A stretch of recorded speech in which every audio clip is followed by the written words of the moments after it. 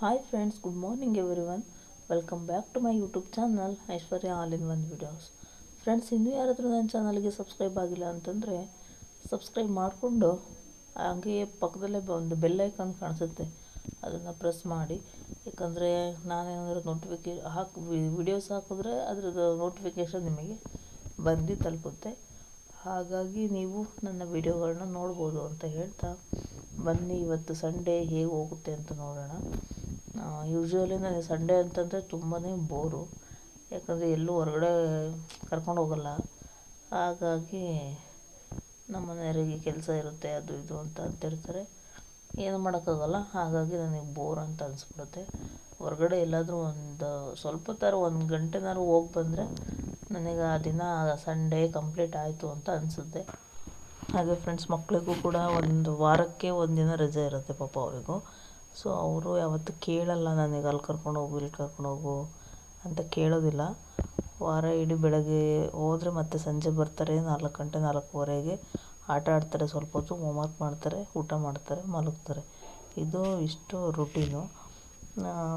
But usually Sunday ಅಂತ ಅಂದಾಗ ಮಕ್ಳಿಗೂ ಪಾಪ ಎಲ್ಲಾದರೂ ಹೋಗಬೇಕು ಅಂತ ಅನಿಸುತ್ತೆ. ಕೇಳ್ತಾ ಇರ್ತಾರೆ. ನಮ್ಮ ಮನೆಯವರು ಫ್ರೀಯಾಗಿದ್ದರೆ ಕರ್ಕೊಂಡು ಹೋಗ್ತಾರೆ, ಬಟ್ ಕೆಲಸ ಇದ್ದರೆ ಏನೂ ಮಾಡೋಕ್ಕಾಗಲ್ಲ. ನನ್ನ ಹತ್ರ ಗಾಡಿ ಇಲ್ಲ ನಾನು ಕರ್ಕೊಂಡು ಹೋಗೋಕ್ಕೆ.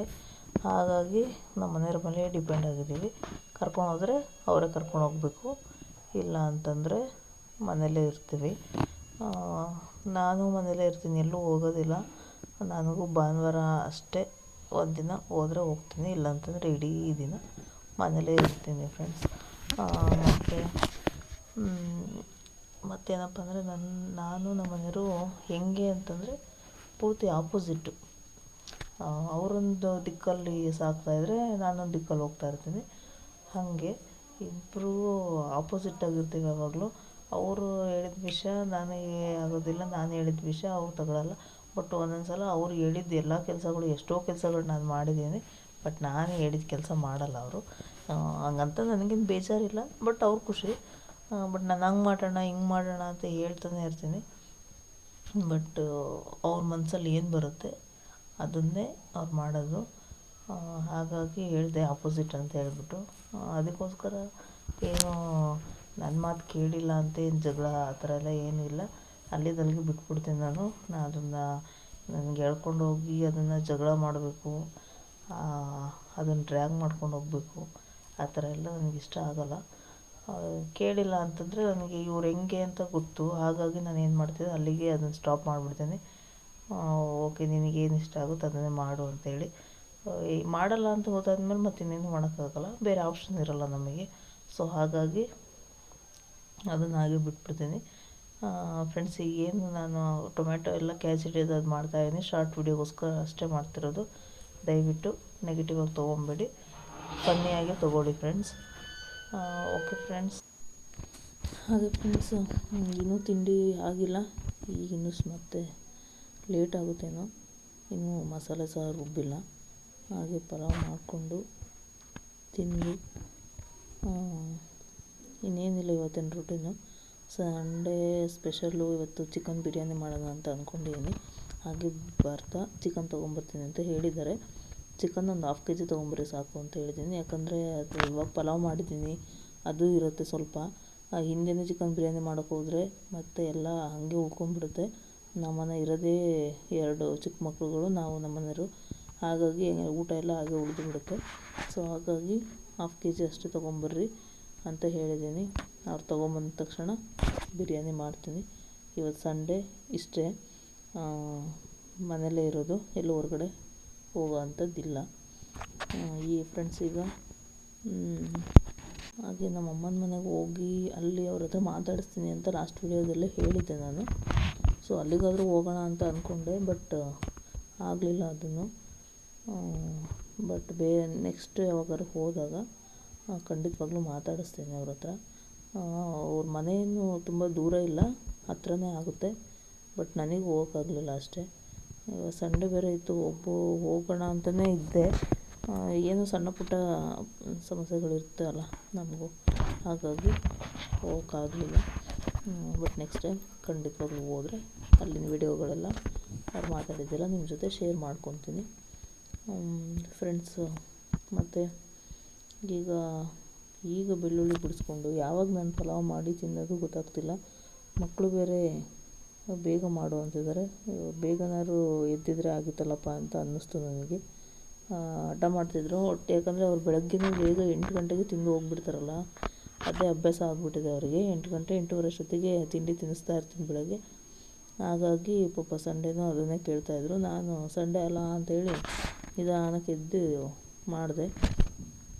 ಮಕ್ಕಳಿಗೆಲ್ಲ ಹಸಿವಾಗಿತ್ತು ಅನಿಸುತ್ತೆ. ಹಾಗೆ ಮೇಲ್ಗಡೆ ನಾನೇನು ಪುದೀನ ಸೊಪ್ಪು ತೋರಿಸ್ದೆ, ಮೇಲ್ಗಡೆ ನಮ್ಮನೆ ಟೆರೆಸಲ್ಲಿ ಬಿಟ್ಟಿದ್ದು ನಾಟಿ ಪುದೀನ. ಒಂದು ಸಲ ಬಿರಿಯಾನಿಗೆ ಜಾಸ್ತಿ ಪುದೀನ ಹಾಕ್ಬಿಟ್ಟು ಅದು ಅಷ್ಟಕ್ಕೊಂದು ಫ್ಲೇವರ್ ಇರುತ್ತೆ ಅಂತ ನನಗೆ ಯೂಶ್ವಲಿ ಅಡುಗೆ ಎಲ್ಲ ಆವಾಗ ಅಷ್ಟು ಗೊತ್ತಾಗ್ತಿರಲಿಲ್ಲ. ಈಗೀಗ ಓಕೆ ಅನ್ನೋ ಥರ ಮಾಡ್ತೀನಿ. ಪುದೀನ ಸೊಪ್ಪು ಜಾಸ್ತಿ ಬಿರಿಯಾನಿಗೆ ಹಾಕ್ಬಿಟ್ಟು, ಬಿರಿಯಾನಿಗೆ ಹಾಕ್ತಾರೆ ಅಂತ ಹೇಳ್ಬಿಟ್ಟು ಜಾಸ್ತಿ ಹಾಕ್ಬಿಟ್ಟಿದೆ. ಅದು ಬಿರಿಯಾನಿ ಸ್ಮೆಲ್ಗಿಂತ ಪುದೀನ ಸೊಪ್ಪಿಂದು ಸಖತ್ತು ಫ್ಲೇವರ್ ಬಂದುಬಿಟ್ಟಿತ್ತು. ಬಟ್ ಬಿರಿಯಾನಿ ತಿನ್ನೋಕ್ಕೆ ಆಗಲಿಲ್ಲ ಅವತ್ತು, ಆ ಥರ ಆಗಿತ್ತು. ಆಮೇಲೆ ಗೊತ್ತಾಯಿತು ಇದು ಸಖತ್ತು ಫ್ಲೇವರ್ಫುಲ್ಲು ಪುದೀನ ಅಂತ ಹೇಳ್ಬಿಟ್ಟು. ಆವಾಗಿಂದ ಸ್ವಲ್ಪ ಕಡಿಮೆ ಹಾಕ್ತೀನಿ. ಬಟ್ ಹೆಲ್ದಿ ವೈಸ್ ನೋಡಿದ್ರೆ ತುಂಬ ಗುಡ್ ಅದು. ಹಾಗಾಗಿ ಚಟ್ನಿಯಲ್ಲಿ ಅಥವಾ ಮಸಾಲೆಯಲ್ಲಿ ಸ್ವಲ್ಪ ಆ್ಯಡ್ ಮಾಡಿಕೊಂಡ್ರೆ ತುಂಬ ಒಳ್ಳೆಯದು. ಓಕೆ ಫ್ರೆಂಡ್ಸ್, ಮತ್ತು ಈಗಿನ್ನೂ ರುಬ್ಬಿ ನಾನು ಪಲಾವ್ ಮಾಡೋಷ್ಟರಲ್ಲಿ ಸುಮಾರು ಟೈಮ್ ಹಿಡಿಯುತ್ತೆ ಅಂತ ಅನಿಸುತ್ತೆ. ಅದು ಬೇರೆ ವೀಡಿಯೋ ಮಾಡಿಕೊಂಡು ಕೂತ್ಕೊಂಡಿದ್ದೀನಿ ನಾನು. ಏನು ಮಾಡೋಕ್ಕಾಗಲ್ಲ, ನನ್ನ ಕೆಲಸಗಳು ನಡಿಬೇಕಲ್ಲ. ಹಾಗಾಗಿ ಫಟ್ ಅಂತ ಟೇಸ್ಟಿಯಾಗಿ ಆಗುತ್ತಿದೆ ಈ ಥರ ಪಲಾವ್ ಮಾಡಿದ್ರೆ. ಸ್ವಲ್ಪ ಕೊತ್ತಂಬರಿ, ಪುದೀನ, ಶುಂಠಿ, ಬೆಳ್ಳುಳ್ಳಿ ಮತ್ತು ಅಷ್ಟೇ, ಮೆಣಸಿನ್ಕಾಯಿ, ಹಸಿಮೆಣಸಿನ್ಕಾಯಿ ಇದಿಷ್ಟು ಹಾಕಿ ರುಬ್ಬಿ, ಇದು dry ingredients ಏನೇನಿದ್ದಾವೆ ಅದೆಂಥದಪ್ಪ, garam masala, chicken masala, ಸ್ವಲ್ಪ ಅರಿಶಿನ ಪುಡಿ ಎಲ್ಲ ಹಾಕಿ ಮಾಡಿಕೊಂಡ್ರೆ ತುಂಬ ಚೆನ್ನಾಗಿರುತ್ತೆ. ಲಂಚ್ ಬಾಕ್ಸಿಗೂ ಚೆನ್ನಾಗಿರುತ್ತೆ. ಯಾಕಂದರೆ ಈ ಡ್ರೈ ಪಲಾವ್ ಹಾಗೆ ಮಾಡ್ತೀವಿ ಮಸಾಲೆ ಇಲ್ದೇ ಅಂತಂದರೆ ಪಾಪ ಮಕ್ಕಳಿಗೆಲ್ಲ ಮಧ್ಯಾಹ್ನಕ್ಕೆ ಸ್ವಲ್ಪ ಡ್ರೈ ಅಂತಲೇ ಅನ್ನಿಸ್ಬಿಡುತ್ತೆ. ಹಾಗಾಗಿ ನಾನು ಆ ಥರ ಮಾಡಲ್ಲ. ಮಾಡಿದರೆ ಇದೇ ಥರ ಮಾಡ್ತೀನಿ. ಸ್ವಲ್ಪ ಮಧ್ಯಾಹ್ನಕ್ಕೆಲ್ಲ ಚೆನ್ನಾಗಾಗುತ್ತೆ ಅಂತ ಹೇಳ್ಬಿಟ್ಟು ಹೀಗೆ ಮಾಡಿಕೊಟ್ಟಿರ್ತೀನಿ. ಓಕೆ ಫ್ರೆಂಡ್ಸ್, ಈಗ ಫೈನಲಿ ಪಲಾವ್ ರೆಡಿ ಆಯಿತು ಅಂತ ಅಂದ್ಕೊತೀನಿ. ಪಲಾವ್ ರೆಡಿ ಆಯಿತು ಫ್ರೆಂಡ್ಸ್. ಈಗೆಲ್ಲ ಫಸ್ಟು ಮಕ್ಳಿಗೆ ಹಾಕ್ಕೊಟ್ಟು ನಾನು ನಮ್ಮ ಮನೆಯವರು ಬಂದಿದ್ದಾರೆ. ಈಗ ಎಲ್ಲ ತಿಂದ್ಬಿಟ್ಟು ಮತ್ತೆ ಸಿಗ್ತೀನಿ ಫ್ರೆಂಡ್ಸ್. ತುಂಬ ಚೆನ್ನಾಗಾಗಿದೆ ಪಲಾವ್. ಓಕೆ ಫ್ರೆಂಡ್ಸ್, ತಿಂದು ಮತ್ತೆ ಸಿಗ್ತೀನಿ ಫ್ರೆಂಡ್ಸ್ ನಾನು. ಈಗ ಮಕ್ಕಳೆಲ್ಲ ಸ್ವಲ್ಪ ಮಾತಾಡ್ತಿದ್ರು, ಹಾಗೆ ಜಗಳನೂ ಮಾಡ್ತಾಯಿರ್ತಾರೆ, ಮಾತಾಡ್ತಿರ್ತಾರೆ. ವಿಡಿಯೋನ ನೋಡಿ.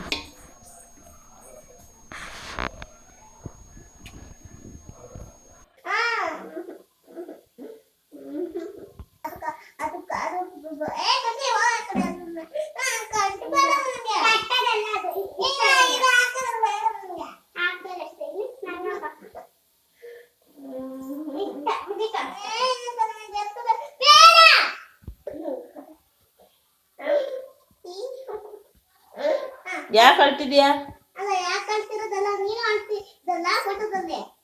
ನಾನು ಅಳ್ತೀನಿ ಅಂತ ನೀನು ಗೊತ್ತಾ?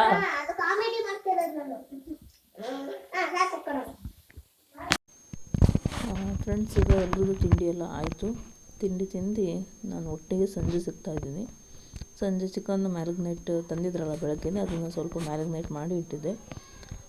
ಮ್ಯಾರಿನೇಟ್ ಅಂತಂದರೆ ಚಿಕನ್ನಿಗೆ ಸ್ವಲ್ಪ ಉಪ್ಪು, ಖಾರ ಎಲ್ಲ ಹಾಕಿ ಮಿಕ್ಸ್ ಮಾಡಿಟ್ರೆ ಚಿಕನ್ ಬಿರಿಯಾನಿ ಚೆನ್ನಾಗಾಗುತ್ತೆ. ಆ ಚಿಕನ್ನು ತಿನ್ನಬೇಕಾದ್ರೆ ಒಂಥರ ಸಪ್ಪೆ ಅಂತ ಅನಿಸಲ್ಲ, ಖಾರವಾಗಿ ಚೆನ್ನಾಗಿರುತ್ತೆ. ಹಾಗಾಗಿ ನಾನು ಈ ಥರ ಮ್ಯಾರಿನೇಟ್ ಮಾಡಿ ಇಟ್ಟು ಚಿಕನ್ ಬಿರಿಯಾನಿ ಮಾಡೋವಂಥದ್ದು. ಈಗ ಚಿಕನ್ನ ಮ್ಯಾರಿನೇಟ್ ಮಾಡ್ಕೊತಾ ಇದ್ದೀನಿ. ಉಪ್ಪು ಖಾರ ಎಲ್ಲ ಹಾಕಿ ಮ್ಯಾರಿನೇಟ್ ಮಾಡಿ ಇಟ್ಟಿದ್ದೀನಿ ಫ್ರೆಂಡ್ಸ್. ಸೊ ಈ ವಿಡಿಯೋ ನೋಡ್ಬೇಕಾದ್ರೆ ತುಂಬಾ ಡಿಸ್ಟರ್ಬೆನ್ಸ್ ಇದೆ, ತುಂಬ ಮಾತಾಡಿರೋದೆಲ್ಲ ಇದೆ ಹೊರಗಡೆ.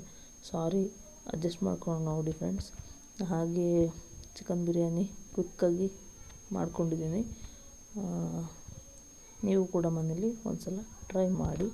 ಹಾಗೆ ಫ್ರೆಂಡ್ಸ್, ಯಾರೆಲ್ಲ ವಿಡಿಯೋ ನೋಡಿದ್ದೀರಾ ಅವರಿಗೆಲ್ಲ ಥ್ಯಾಂಕ್ ಯು ಸೋ ಮಚ್. ನನ್ನ ನೆಕ್ಸ್ಟ್ ವಿಡಿಯೋನು ಹೀಗೆ ನೋಡಿ, ಮತ್ತು ಹಳೆ ವೀಡಿಯೋಸ್ಗಳೆಲ್ಲ ಇದೆಯಲ್ಲ ಅದನ್ನು ನೋಡಿ ಸಪೋರ್ಟ್ ಮಾಡಿ. ಸ್ಕಿಪ್ ಮಾಡಬೇಡಿ. ಸ್ಕಿಪ್ ಮಾಡದೆ ಕೊನೆವರೆಗೂ ನೋಡಿ. ಆ್ಯಂಡ್ ನೆಕ್ಸ್ಟ್ ವಿಡಿಯೋದಲ್ಲಿ ಸಿಗ್ತೀನಿ ಫ್ರೆಂಡ್ಸ್. ಅಲ್ಲಿವರೆಗೂ ಟೇಕ್ ಕೇರ್. ಬಾಯ್.